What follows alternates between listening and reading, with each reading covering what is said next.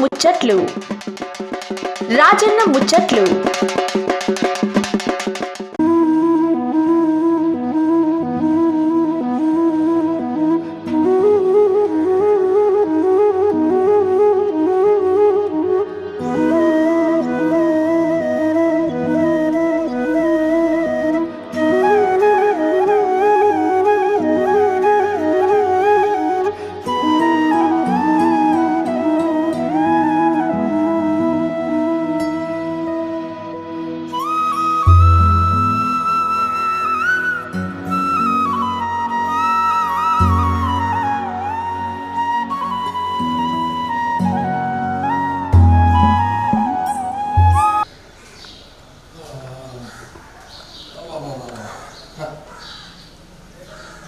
Gift బందోబస్తు మస్తు పెట్టాడు సర్పంచ్ సాబ్ లిఫ్ట్ మళ్ళీ 4-5 అంతస్తుల బాగా ఉన్నది. ఇక్కడ చూస్తే మంచిగా అనిపిస్తుంది అంతా అచ్చని పొలాలు పిల్లగా అక్కడ చూపెడతారు ఒకసారి అదా కంపెనీలు పొలాలు బాగున్నాయి వారి. సార్ నమస్తే. నమస్తే నమస్తే బాగున్నావా సార్?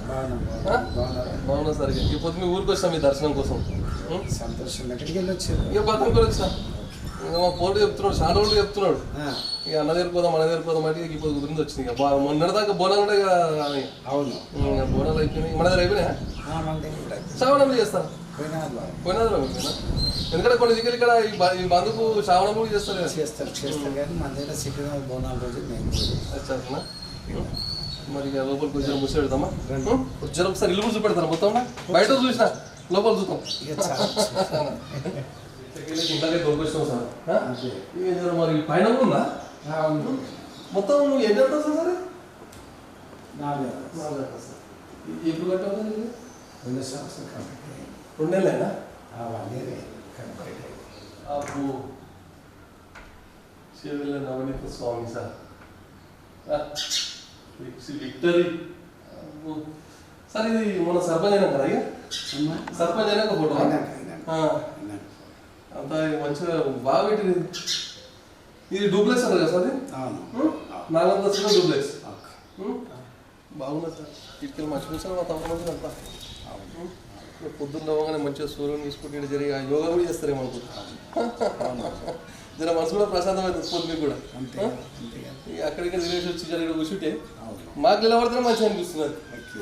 ఇక ముంగట చిన్న గ్లాస్ పెట్టుకుని కూర్చున్న సాయంత్రం కూడా మంచిగా ఉంటుంది. లేదా సార్? అచ్చా, ఫ్రెండ్షిప్ ఎవరైనా వస్తే చుట్టాలు. మరి లోపలికి పోదామా? కూర్చొని కూర్చోబెడదాం. నిజంగా నాకు కొద్దిగా బందోబస్తు పెడుతున్నావు. ఇల్లు ఎక్కడ అంటుగా ఇక్కడ కమాన్ కాడ చూసి కదా గ్రామ పంచాయతీ కదా. ఈ ఊరికి వచ్చి మీకు తెచ్చిపోయింది ఆల్రెడీ. ఇక మళ్ళీ ఒకసారి నేను చెప్తా చూడండి. చందనవెల్లి మన షాబాద్ మండలం, రంగారెడ్డి జిల్లా. ఇక సార్ పేరు వచ్చేసి స్వామి సార్. స్వామి సార్ అంటే ఈ నియోజకవర్గంలో ఈ చుట్టుపక్కల తెలుగులో ఉన్నది కదా పేరు సార్ పేరు. కాకపోతే మహిళా రిజర్వేషన్ రావడం వల్ల సార్ వల్ల మేడం వచ్చేసి నవనీత మేడం సర్పంచ్ అనమాట. మంచి భారీ మేసుడు గెలిచారు. గెలిచినాక ఎటువంటి కార్యక్రమాలు ఏం చేసారు అవన్నీ అడిగి తెలుసుకోండి. ఇవన్నీ ఒక ఎత్తు అయితే సోషల్ యాక్టివిటీస్, ఇక సామాజిక సేవ కార్యక్రమాలు. ఈ ఊర్లో ప్రతి ఒక్క ఇంటికి ఎంతో కొంత సహాయ సహకారం మాత్రం సారి ఉన్నాయి. అంత మంచి మనసున్న సారు మన స్వామి సార్. ఈ పిల్లగారు జరిగే సార్ తోటి మీరు అందరూ ముచ్చట పెడతారు చూడండి. ఇక ఇప్పుడు మంచిగా ఉంటే తమాష ముచ్చట. స్వామి సారు అంత ఇల్లు అయితే మంచిగా చూపెడుతుంది. ఒక షాయి కూడా తాగిన తమాష. ఇక మేడం జర బయటకి పోయిందంట. మేడం వచ్చిన దగ్గర మనం ముచ్చట పెడతాం. మరి నేనంటే మీకు తెలుసుకుని వచ్చిన మరి వ్యూయర్స్ తెలియదు కదా సార్? చెప్తాను మరి ఎవరితో ఒకసారి చెప్తాను. మా గ్రామం పేరు చందనవెల్లి, షాబాద్ మండల్, రంగారెడ్డి జిల్లా. మరి గత ఎన్నికల్లో సర్పంచ్గా మహిళా రిజర్వేషన్ రావడంతో మా భార్యను నిలబెట్టడం జరిగింది. మరి గ్రామస్తులందరూ కూడా మంచి స్పందించి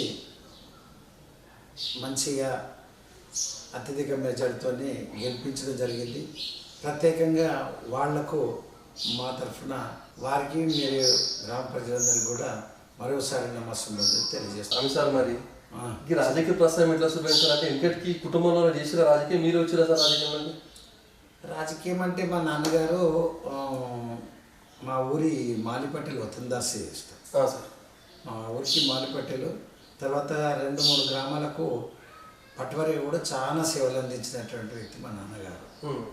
అయితే 83లో మన ఎన్టీ రామ్ గవర్నమెంట్ వచ్చిన తర్వాత ఆ పట్టువరి రద్దు చేయడంతో మా నాన్నగారు ఆ రద్దులో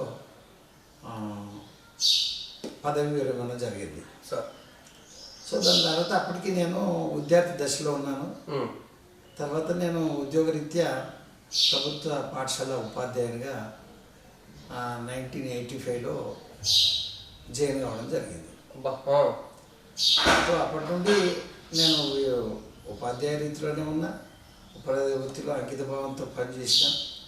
అక్కడ కూడా మన ఉపాధ్యాయుల సంక్షేమం, తర్వాత విద్యార్థుల యొక్క అభివృద్ధి, విద్యార్థుల యొక్క విద్య గురించి పోరాటం చేస్తూ, సంఘాలలో పనిచేస్తూ వివిధ పదవులు అనుభవించిన మన యూనియన్ ఆర్గనైజేషన్, టీచర్స్ యూనియన్ ఆర్గనైజేషన్లో సార్ టీచర్స్ యూనియన్ ఆర్గనైజేషన్లో చాలా పనిచేసిన.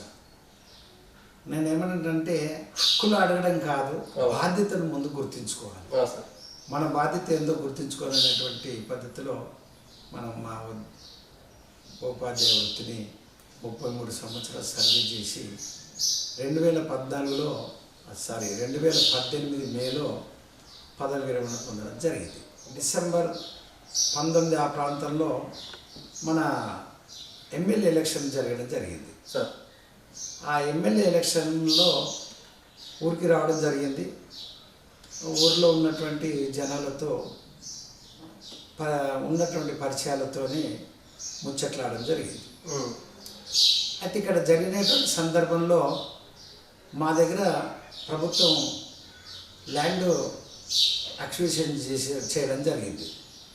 ఫ్యాక్టరీల కోసం మా హైదరాబాద్, చంద్రవేలి, మాచంపల్లి ప్రభుత్వ భూమిని స్వాధీనం చేసుకొని టీజీఐఎస్ వాళ్లకు అప్పచెప్పి తర్వాత వాళ్ళు ఫ్యాక్టరీకి అలా చేయడం జరిగింది. ఇప్పుడు చూసిన ఫ్యాక్టరీ అన్నీ చూసినటువంటి ఫ్యాక్టరీలు. సో అందులో జరిగినటువంటి అవకతవకలు చాలా ఉన్నాయి.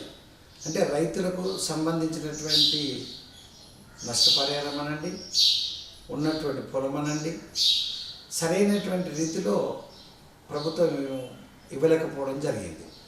ఇక్కడ ఉన్నటువంటి అధికారులు అనుకోండి, రాజకీయ నాయకులు అనుకోండి, అందరి తప్పిదం వల్ల అక్కడ రైతులకు భారీ నష్టం జరిగింది. అప్పుడు ఆ రకంగా ఎంటర్ కావడం జరిగింది. ఎంటర్ కావడంతోనే అప్పటికి నేను కాంగ్రెస్ పార్టీ అంటే అభిమానం, కాంగ్రెస్ పార్టీలోనే నేను ఎక్కువ ఇండైరెక్ట్గా కొద్దిగా వాళ్ళతో మనం అంతా టచ్లో ఉండడం జరిగింది నాయకులతో. సో దాన్ని ఆ విధంగా ప్రస్థానం రాజకీయం అనుకోండి, ఇక్కడ సామాజిక అన్యాయం జరుగుతున్నటువంటి దాన్ని ప్రశ్నించడం, తర్వాత ఈ జనాలలో ప్రశ్నించే తత్వాన్ని పెంపొందించడం, వాళ్ళు ఎక్కడ అన్యాయం జరిగిందో అడిగితే కానీ మనకు రాదనేటువంటి ఉద్దేశంతో జనాలను చైతన్యపరచడం జరిగింది. ఆ విధంగా ప్రస్థానం జరుగుతుంటే నెక్స్ట్ మేలో ఎంపీటీసీ ఎన్నికలు జరిగాయి 19 మేలో. అందులోనే నాకున్నటువంటి గుర్తింపుతోనే కాంగ్రెస్ వాళ్ళు నాకు ఎంపీటీసీగా కాంగ్రెస్ మ్యాండేట్ ఇచ్చి కాంగ్రెస్ పార్టీ తరఫున మనకు టికెట్ ఇవ్వడం జరిగింది. అంటే మీరు ఆ టైంలోనే కండువ చేసుకుంటారు కాంగ్రెస్ కండువ? కాంగ్రెస్ కండువ అదే అడుగుతున్నాను. అప్పటికి డిసెంబర్లోనే వేసుకున్నాం. డిసెంబర్లో వేసుకున్నారా? ఎన్నికల సందర్భంలో 2018 డిసెంబర్లో ఎమ్మెల్యే ఎన్నికలు స్టార్ట్ అయిన ప్రచారానికి వెళ్ళడం జరిగింది. అందులోనే కాంగ్రెస్ జరిగింది, మెంబర్షిప్ తీసుకోవడం జరిగింది. మధుసూదన్ రెడ్డి గారు అని ఇక్కడ మనకు ఇప్పుడు ప్రస్తుతం గ్రంథాలయ చైర్మన్ గారు పిలిపించుకొని సార్ ఇలా బాగుంటుంది మీరు రండి అని చెప్పి ఆయన మనకు టికెట్ ఇప్పించడం, తర్వాత ఆ రకంగా కాంగ్రెస్లో ఆ ఎమ్మెల్యే ప్రచారంలో కూడా చురుగ్గా పాల్గొన్నారు. ఫస్ట్ కాంగ్రెస్ కండువలే కాంగ్రెస్ కండువ. తర్వాత 19లో ఎంపీటీసీ అవును అవును. ఎంపీటీసీ ఎన్నికలలో ఇక్కడ ఉన్నటువంటి అభ్యర్థి మండల్ ప్రెసిడెంట్ అచ్చా సార్ కాబోయే మండల్ ప్రెసిడెంట్ అభ్యర్థితో నేను పోటీ చేయడం జరిగింది. అయితే అప్పుడు నేను ఉద్యోగం నుండి వచ్చాను కనుక ఈ రాజకీయం కొత్త మనకు. అవును. అయినా మనం ప్రజల యొక్క సహకారం చాలా చక్కగా ఉండి జస్ట్ 110, 120 ఓట్లతోనేమో డిఫీట్ కావడం జరిగింది. ఆ ఎన్నికల ప్రచారాన్ని కూడా మనకు రేవంత్ రెడ్డి గారు రావడం జరిగింది. ఎంపీటీసీ ఎన్నికలు కూడా జెడ్పీటీసీ ఎంపీటీసీ కంబైన్ ఉన్నాయి కదా. ఆ సందర్భంలో ఈ హైదరాబాద్ చందనెల్లి ఈ రుద్రాలను పోతుగా చూసుకుంటూ ఈ ప్రచారం కూడా జరిగింది. ప్రత్యేకంగా ఈ చందనెల్లి భూ పోరాటం జరుగుతున్న సందర్భంలో దానికోసమే ఆయన ప్రత్యేకంగా రావడం జరిగింది. సో ఆయనతో కూడా నేను చాలా సందర్భాలలో ముఖాముఖి మీరు నేను ఎట్లా మాట్లాడతానో ఆ రకంగా చాలా సందర్భాలలో ఈ విషయం గురించి కూడా చర్చించడం జరిగింది. చాలా మంచి పరిచయం. మంచి పరిచయం. ఎప్పుడు కూడా పోతే ఏ పంతులు మర్చిపోయానని అంటుంటాడు, ఆ ఏడ ఉండని.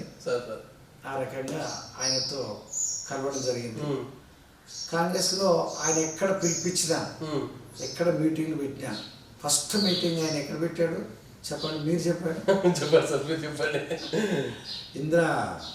ఇంద్రవెల్లి.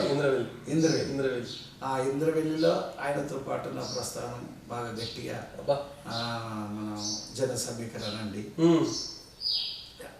పార్టీకి కావాల్సినటువంటి సేవలు, ఆ రకంగా మా రాజకీయ ప్రస్థానం మన కొనసాగుతూ తర్వాత ఈ సామాజిక సేవలలో కూడా మనం ముందే ఉన్నాం. అయితే మనిషికి వృత్తి ప్రవృత్తి అని రెండు ఉంటాయి. నేను ఉద్యోగ రీతిలో వృత్తి చేస్తూ నేను 2002లో సారా ఉద్యమం, ఎయిడ్స్ నివారణ కోసం జన విజ్ఞాన వేదిక ఆధ్వర్యంలో పాల్గొనడం జరిగింది 2002.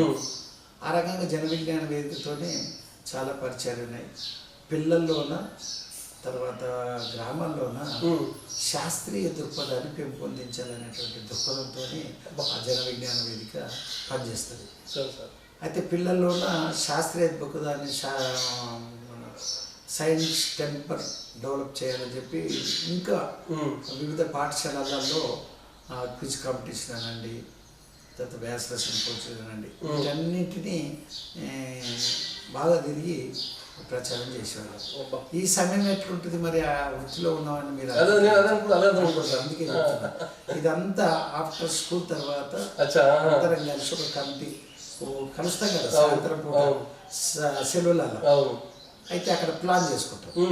ప్లాన్ చేసుకొని సండేలలోనే మేము ప్రయాణం. సందర్భాన్ని బట్టి అయితే వెళ్ళి అక్కడ ఉన్నటువంటి, ఫర్ ఎగ్జాంపుల్ నేను శ్రీలింగంపల్లిలో ఉద్యోగం చేస్తుంటే సంగారెడ్డి స్కూలు పరిచయాలు టీచర్. ఆ సండే రోజు వాళ్ళతో మెటీరియల్ ఇచ్చి మీ స్కూల్లో మీరు ఒక డేట్ డిక్లేర్ చేసుకొని ఆ స్కూల్లో ఈ ఎగ్జామినేషన్ కండక్ట్ చేయండి అని మేము అన్ని సండే హాలిడేలన్నీ వాళ్ళతో ప్రొవైడ్ చేసి వచ్చేవాళ్ళం. వస్తే అక్కడికి మా ఆర్గనైజేషన్ తరఫున కొంతమంది అందులో ఏంటంటే ఎంప్లాయ్మెంట్ ఉంటుంది ఆర్గనైజేషన్, అంటే మొత్తం 24 hours పని చేయడానికి వాళ్ళని పంపేవాళ్ళు. అదే వాళ్ళని పంపేవాళ్ళు. అయితే అక్కడ ఉన్నటువంటి వాళ్ళని పంపి ఏదో సందర్భాన్ని బట్టి మనం ఏదైనా మీటింగ్ అనేది సెలవు పెట్టుకుంటున్నాం. ఆ రకంగా ప్రస్థానం ఆ రకంగా విద్యార్థులకు సైంటిస్ట్తో ముఖాముఖి కార్యక్రమం ఏర్పాటు చేసినాం.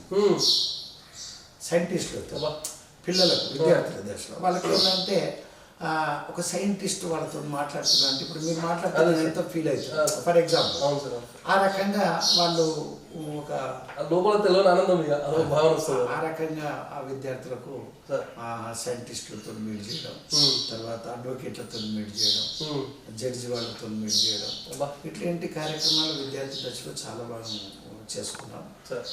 ఆ రకంగా వృత్తి ప్రవృత్తి అనేదానికి మీకు చెప్తున్నాను. ఈ రకంగా తర్వాత 2018 రిటైర్డ్ కాగానే నాకు రోటరీ క్లబ్ వారు ఇట్లాగే మీరు అక్కడ గుర్తించి సార్ మీరు కూడా కొంచెం సేవ చేస్తే బాగుంటుందని చెప్పి నాకు చందనగర్ డివిజన్లో అధ్యక్ష పదవి ఇచ్చారు. అధ్యక్ష పదవి ఇచ్చిన తర్వాత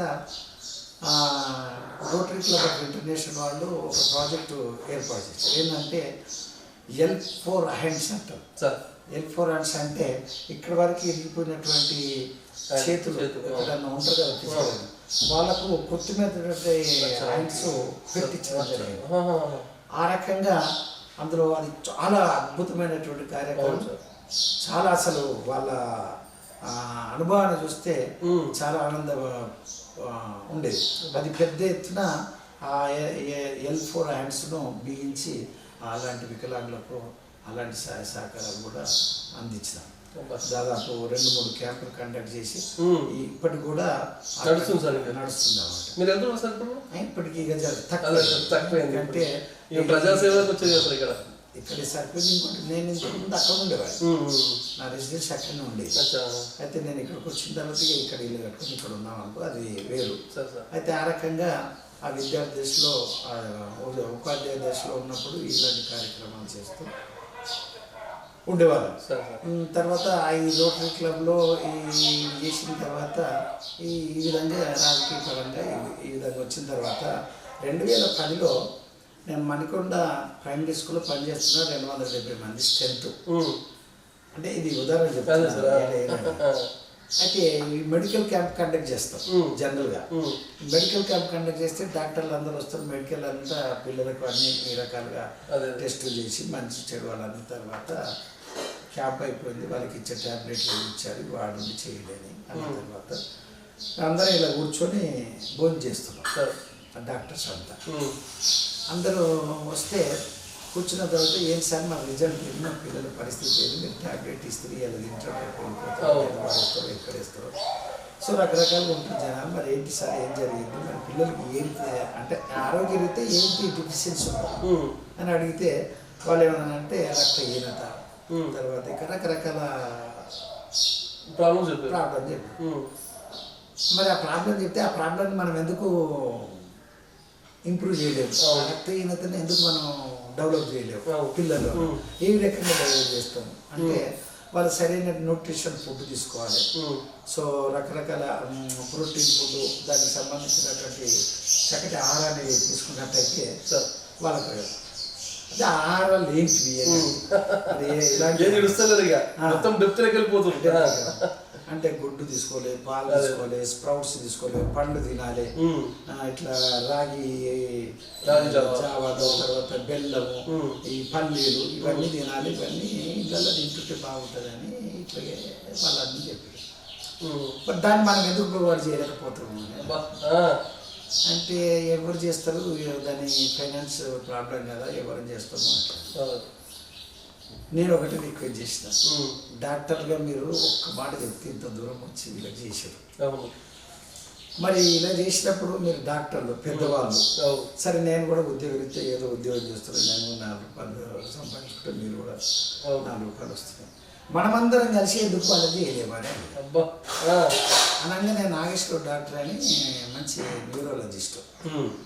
గుడ్ సార్, నువ్వు చెప్పింది ఎంత, దాని నేను ఎస్టిమేషన్ ఏంటి, ఏమేమి పెడతాలి, ఎట్లా పెట్టాలి, నేను ఒక ఇస్తాను, దానికి నువ్వేం చేస్తావు, ఎట్లా చేస్తావు, నాకు రిపోర్ట్ సబ్మిట్ చేయన్నా అనగానే అక్కడ ఉన్న వాళ్ళందరూ కూడా దానికి కావాల్సిన డబ్బు మేము ఏర్పాటు చేస్తాం, మీరేం ఇచ్చిందో ఉండండి, చేద్దాం సార్ ఇక్కడికి వచ్చినాక అది అన్న తర్వాత ఇక నేను మా టీచర్లు అందరూ కూర్చొని పెట్టుకొని ఏం చేద్దాం మరి వాళ్ళు చెప్పారు. అంత చదువుకున్న వాళ్ళు ప్రోటీన్ ఫుడ్ అంటే తెలిసినాయి కదా సార్. ఇప్పుడు మనకు వీక్లీ 6 రోజులు వస్తుంది, 6 రోజుల్లో రోజు ఒకటి ఏం చేద్దాం. ఫస్ట్ డే మండే రాగానే స్ప్రౌట్స్ అన్నీ మొలకలు, పెసర్లు, చెర్రీలు ఇట్లా రకరకాల పౌడర్ పెట్టి మండే రోజు తిప్పిద్దాం. రెండో రోజు పాలు, గుడ్డు, బిస్కెట్. మూడో రోజు రాగితో చేసిన జావ, బెల్లంతో వేసినటువంటి ఉప్మా. నెక్స్ట్ డే పండ్లు, రోజు పండ్లు. నెక్స్ట్ డే కీరా, క్యారెట్, బీట్రూట్, ముల్లంగి. ఇట్లా 6 రోజులకు సరిపడా మరి 270 సరిపడా ఏర్పాటు చేసి ఇలా మెనూ చేసి దానికి 15,000 రూపాయలు ఖర్చు వచ్చింది. అంటే నెలకంటే మేము ఉండేది 21, 22, 23 రోజులు పోతాయి కదా, అట్లా 20, 22 రోజులకు వచ్చుతా. అయితే ఆ రకంగా 15,000 స్టార్ట్ చేస్తాం. స్టిల్ ఇలా మీరు వెళ్ళండి, అది 70,000-80,000 ఇప్పటికీ నడుస్తుంది. అయితే మా టీచర్ వాళ్ళు చెప్పారు, ఎవ్వరు కూడా లేట్ రావద్దు, ఇక మీ టిఫిన్ కూడా ఇక్కడ ఉన్నాయి, అవి కూడా మనమే తింటాం, మనం చేసుకున్నది మనమే తింటాం అని చెప్పి వంట వాళ్ళు కూడా చాలా సహకరించారు. వాళ్ళకి మేము గ్యాస్ అదనంగా ఇప్పించేవాళ్ళం, 1,000 రూపాయలు దాత ఇచ్చారు.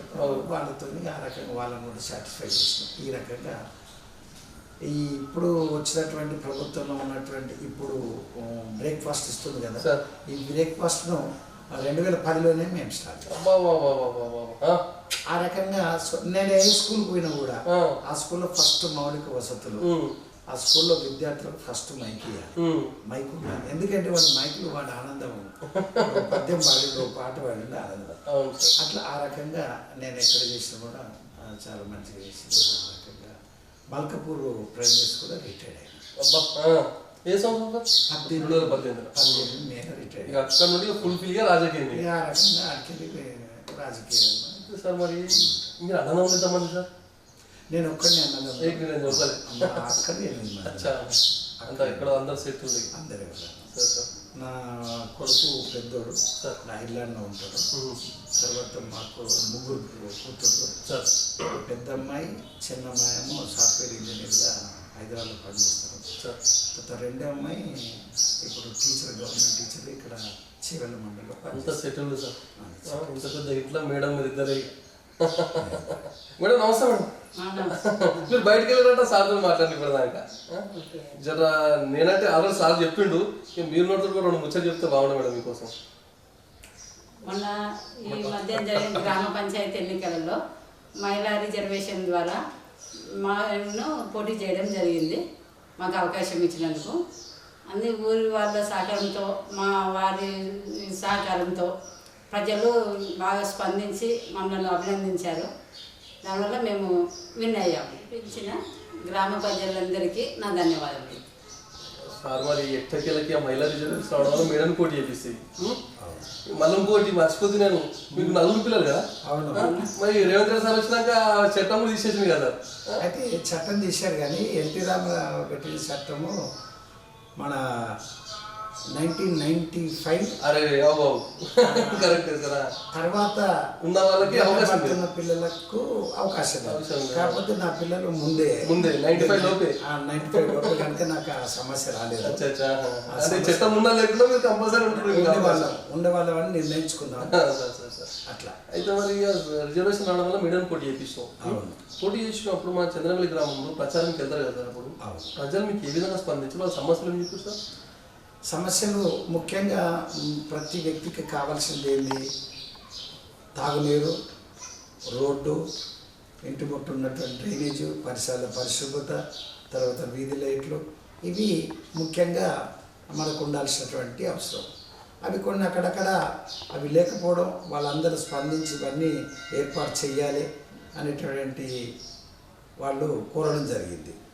అట్లాగే కొత్త కాలంలో కూడా సేమ్ ఇవే, కానీ ఆ కాలనీ ఏర్పడి 10-12 సంవత్సరాలు అయినా కూడా అక్కడ రోడ్లు అవన్నీ లేకపోవడం, వాళ్ళు బాగా స్పందించి మరి మా కేపీ వేయాలి, మీరు ఇవన్నీ చేయాలి అని అంటే స్పందించి గెలిచిన తర్వాత తప్పకుండా చేస్తామని చెప్పడం జరిగింది. వాళ్ళందరికీ కూడా చాలా నష్టం జరిగింది.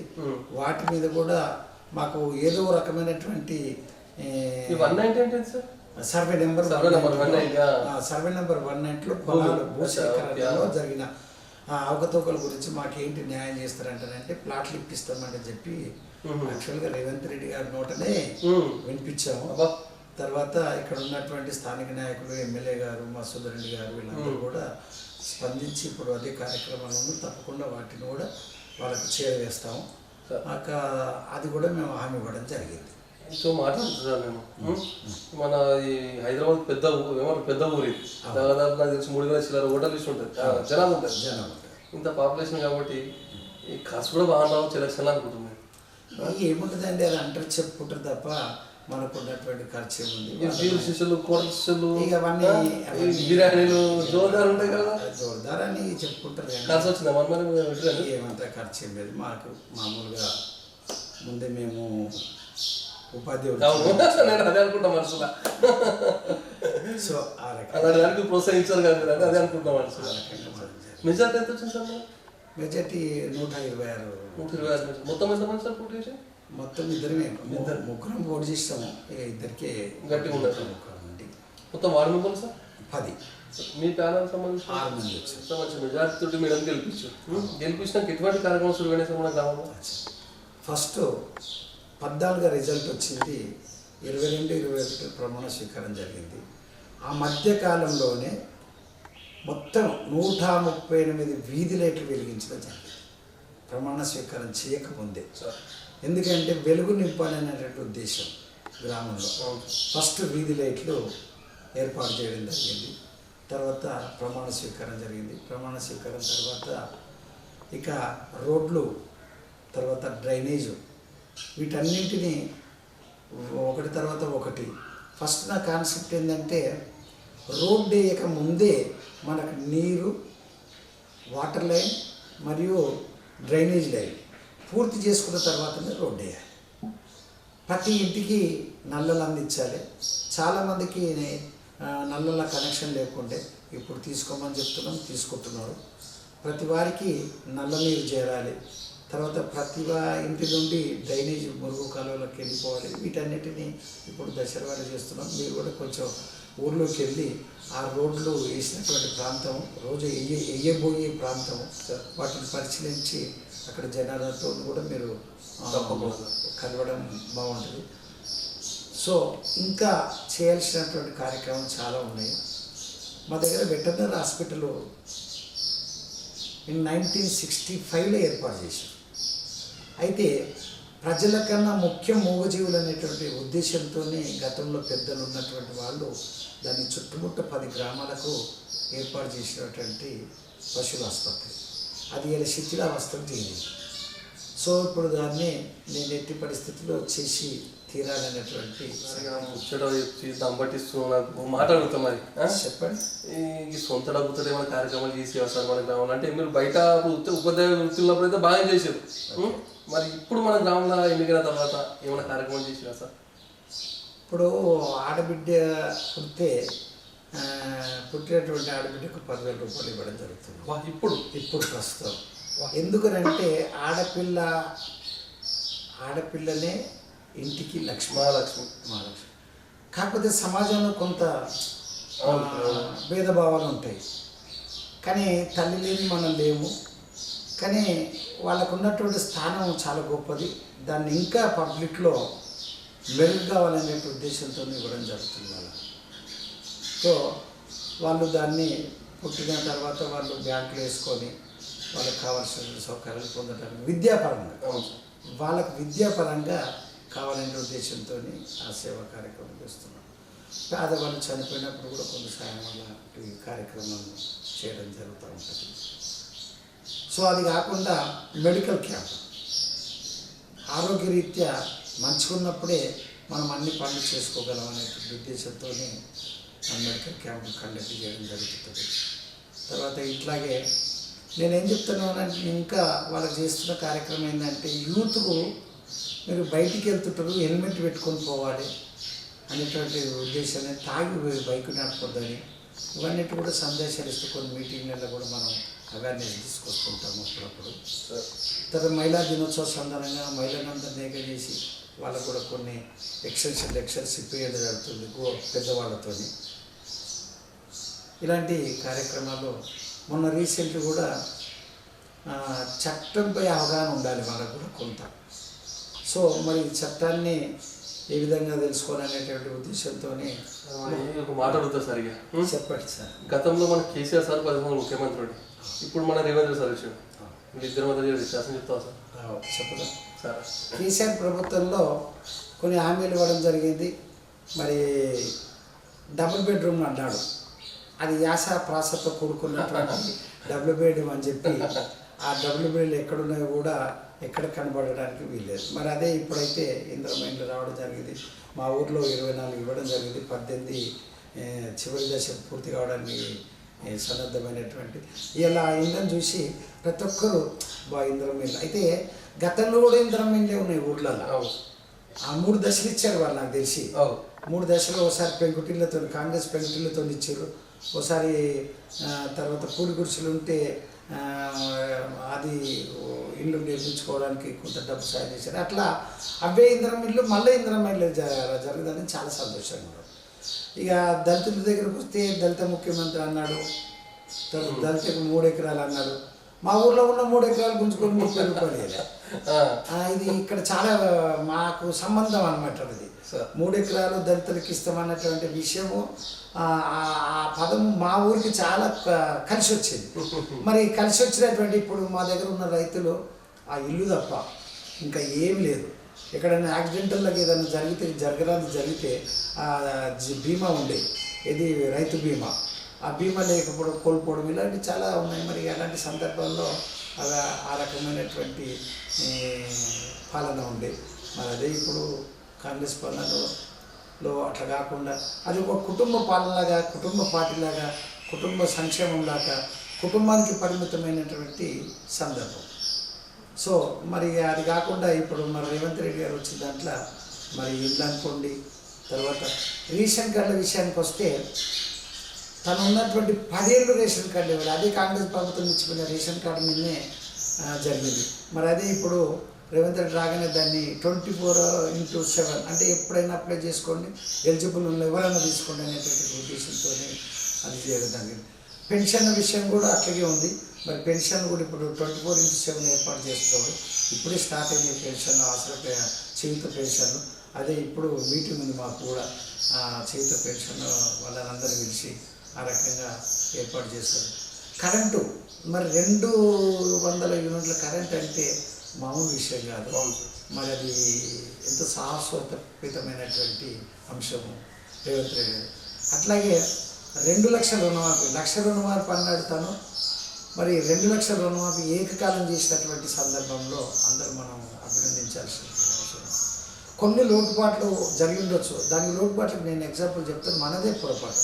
నేను ఉద్యోగస్తులను ఉన్నాను, నేను మరి నాకు రాదని తెలుసు, నాకు మరి రాలేదని చెప్పి దుష్ప్రచారం చేస్తున్నాను. ఉద్యోగస్తులు అనుకోండి, తర్వాత ఇంకా కొంచెం మన పెద్ద రైతు, తర్వాత ఇంకోటి ఒక ఫ్యామిలీ రేషన్ కార్డులో తండ్రి కొడుకుంటాడు, ఒక్కరికి వస్తుంది, దాన్ని పోయి ఎంట్రీ చేసుకపోవడం వల్ల టెక్నికల్ ప్రాబ్లం వల్ల వాళ్ళ ఇద్దరికి రాలేకపోయింది, తర్వాత రావడం జరిగింది. ఇలాంటి దాంట్లో కొంత వ్యత్యాసం ఉన్న తప్ప ఆ అంశం మాత్రం పూర్తిగా విజయవంతమైందని నేను భావిస్తున్నాను. ఇప్పుడు ఫ్రీ బస్సు లేనప్పుడేమో లేకేడుస్తాం, ఉన్నప్పుడేమో ఉండేడుస్తున్నట్టుంది సామెత. ఇప్పుడు మహిళలకి ఇవ్వడంలో తప్పేం లేదు, మహిళలకి ఇచ్చేళ్ళు, దాన్ని ఆస్వాదిద్దాం. అది ఎవరైనా కానీ మనకి ఇచ్చినటువంటి అవకాశాన్ని ఆస్వాదించాలి. దాని మీద అపోలు చెప్పడం సరికాదు. కాకపోతే నేను పర్సనల్ కొంతమందిని అడిగాను, ఉద్యోగం చేసేవాళ్ళు మహిళలు అది చాలా ఆనందపడుతున్నారు. వాళ్ళు ఎంతో దూరం రోజు ఈ పెరిగినటువంటి ధరలకు అనుగుణంగా ఏడ కూడా 30 రూపాయలకు 40 రూపాయలకు టికెట్ తక్కువ. మరి వాళ్ళు ఉద్యోగం చేసేది 13-14 వేలు ఉద్యోగం చేస్తే రోజు 100 రూపాయలు పెట్టుకోవాలి. రోజు 100 రూపాయలు అంటే 21 రోజులు 25 రోజులు పనిచేస్తే 2500 వెళ్ళి అంటే మరి వాళ్ళకి ఎంత ఆదాయం జరిగింది దాన్ని మనం గమనించాలి. ఎంతసేపు పాజిటివ్ ఆలోచన చేయడం, నెగిటివ్ ఆలోచన అది తప్పు. మహిళలకు ఇచ్చినటువంటి ఇది చాలా సమర్థవంతమైనది, మరి ధైర్య సాహసోపేతంగా చేసేటువంటి అంశంగా భావిస్తున్నాం. దీని అంతా కూడా మనం అంగీకరించాల్సిన అవసరం.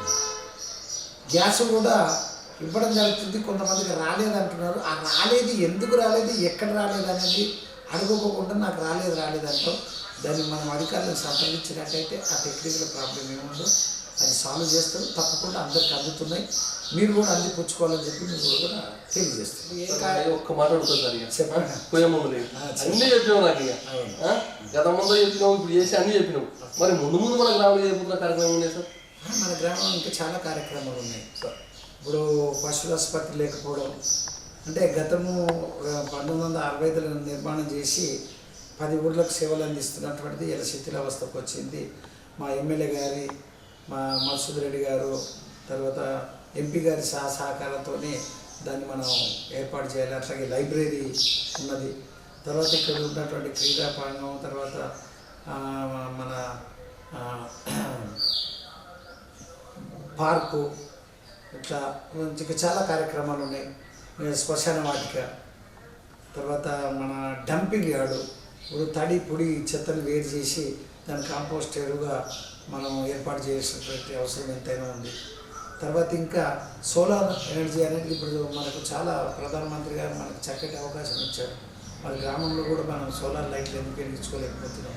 ఆ సోలార్ లైట్లను మనం ఇంటికి ఇల్లు కూడా మనం ఉపయోగించుకున్నట్టయితే మన ఆర్థిక పరిస్థితులు మెరుగుపడతాయి. అట్లాగే గ్రీన్ ఎనర్జీని డెవలప్ చేయడం మన పద్ధతి.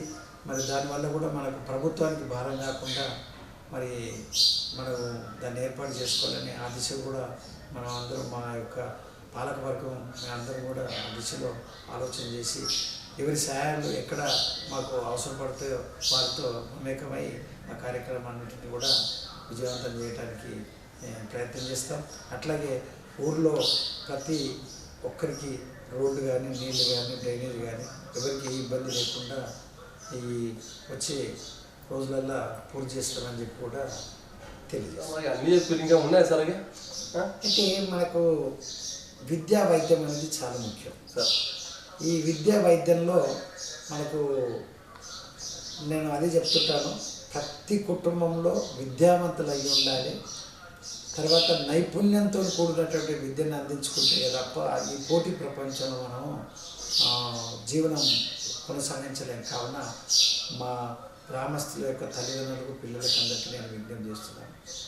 ఆరోగ్యరీత్యా కూడా మనం ఎంత సంపాదించినా మనకు ఆరోగ్యం లేకపోవడంతో మనం ఏది సాధించుకోలేకపోతాం. మనం చేసిన కష్టం కూడా వృధా అవుతుంది. కనుక ఆరోగ్యంపై దృష్టి పెట్టి సరైనటువంటి పౌష్టికారాన్ని చక్కటి ఆహారాన్ని తీసుకొని మనం ఆరోగ్యంగా ఉండాలని చెప్పి మన గ్రామస్తులందరూ కూడా రిక్వెస్ట్ చేస్తున్నాం. ఆ దిశలో కూడా ఉన్నటువంటి ప్రభుత్వ ప్రైమరీ హెల్త్ సెంటర్ను కూడా మెరుగైన సేవలు అందించడానికి కూడా కృషి చేస్తామని చెప్పి, అట్లాగే పాఠశాలకు కూడా కావలసినటువంటి వసతులు, మౌలిక వసతులు అనండి ఎలాంటి వసతులను అందించి ఈ రెండు మనకు చాలా ముఖ్యం. మంచి జీవించడానికి రెండు కళ్ళ లాంటిది ఈ రెండు అంశాలు. వీటిపైన మనం దృష్టి సాధించాలని చెప్పి కూడా కోరుకుంటూ దీన్ని కూడా పట్టణంలోకి తీసుకొస్తాం. మన గ్రామ పంచాయతీ ఉప సర్పంచ్ గారికి మరి వార్డు సభ్యులందరూ గ్రామ అభివృద్ధిలో అన్ని రంగాల్లో అభివృద్ధి దశలో ఇప్పుడు మనకు సహకరిస్తున్నందుకు ధన్యవాదాలు. రాజన్న మరి మీకు మీ స్టూడియో కూడా ప్రత్యేకంగా ధన్యవాదాలు తెలియజేస్తూ